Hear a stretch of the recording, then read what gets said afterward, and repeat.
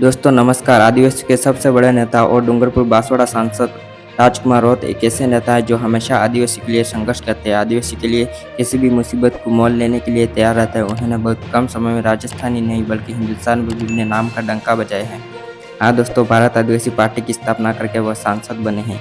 इस पार्टी के 4 विधायक हैं। 2 साल में भी कम समय में खड़े किए हैं। राजस्थान ही नहीं बल्कि मध्य प्रदेश में भी उनका एक विधायक है।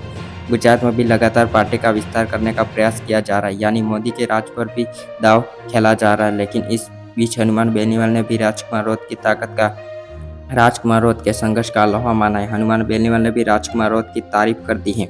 जब हनुमान बेनीवाल ने जयपुर में पूछा गया कि राजकुमार राउत को साथ लेंगे, तो इस पर हनुमान बेनीवाल ने कहा था कि राजकुमार राउत हमारे साथ हैं, हम साथ मिलकर संघर्ष करते हैं। लेकिन दूसरी ओर हनुमान बेनीवाल ने यह भी कहा कि जब राजस्थान में विधानसभा चुनाव हुए तब आरएलपी और कांग्रेस के साथ मिलकर चुनाव लड़ा था। आरएलपी का कांग्रेस को फायदा हुआ, लेकिन राजकुमार राउत ऐसे मात्र नेता हैं जो अपने दम पर खड़े हुए, जिन्होंने अपने दम पर चुनाव लड़ा। यानी कि राजकुमार राउत के संघर्ष का लोहा हनुमान बेनीवाल ने भी माना है, लेकिन कांग्रेस का जो खाता खुला है वह आरएलपी की वजह से खुला है। हनुमान बेनीवाल ने साफ तौर पर कहा कि आरएलपी कांग्रेस को बहुत ज्यादा फायदा हुआ है। लेकिन दूसरी ओर राजकुमार राउत के बारे में जब हनुमान बेनीवाल से सवाल किया गया, तो हनुमान बेनीवाल ने राजकुमार राउत के बारे में कहा कि एकमात्र ऐसे नेता है जो आदिवासी के लिए सबसे बड़े नेता हैं। ट्राइबल पार्टी है उनकी और उन्होंने अपने दम पर पार्टी खड़ी कर दी है। उन्होंने अब संघर्ष किया है और उन्होंने अपने दम पर वोट हासिल किए हैं।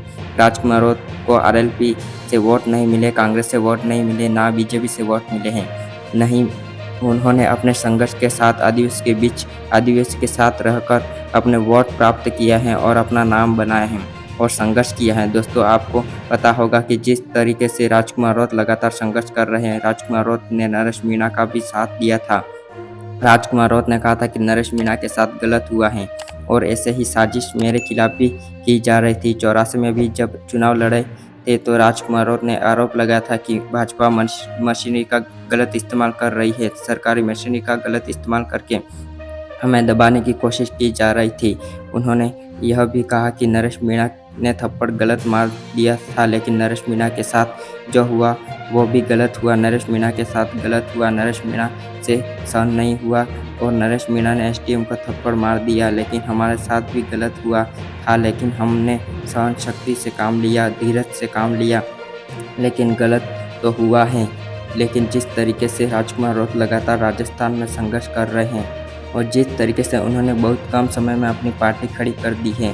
राजस्थान में 4 विधायक हैं, मध्य प्रदेश में भी राजकुमार राउत का एक विधायक है, मध्य प्रदेश में भी बवाल काट रहा है राजकुमार राउत का एक विधायक। लेकिन अब राजकुमार राउत जिस तरीके से काम कर रहे हैं, जितनी गति से आगे बढ़ रहे हैं, राजकुमार राउत की हर कोई तारीफ कर रहा है। और हनुमान बेनीवाल ने भी यह कहा कि राजकुमार राउत अपने संघर्ष पर पार्टी खड़ी कर दी है। उपचुनाव में भी राजकुमार राउत ने अपने संघर्ष पर अपने दम पर अकेले वोट लिए हैं। कांग्रेस का सपोर्ट नहीं मिला पर हम उनके साथ हैं, लेकिन बावजूद इसके राजकुमार राउत ने बड़ा नाम हासिल कर दिया है और संघर्ष करके वोट भी हासिल कर लिए हैं। राजकुमार राउत ने जिस तरीके से संघर्ष किया है, हनुमान बेनीवाल ने भी राजकुमार राउत के संघर्ष का लोहा मानना है और उनको भी तारीफ करनी पड़ी है राजकुमार राउत की। जी हाँ दोस्तों, लेकिन इस पर आपका क्या कमेंट है, आप क्या सोचते हैं राजकुमार राउत के बारे में, कमेंट करके जरूर बताएं और लेटेस्ट खबरें देखने के लिए हमारे इस चैनल को सब्सक्राइब जरूर करें। धन्यवाद।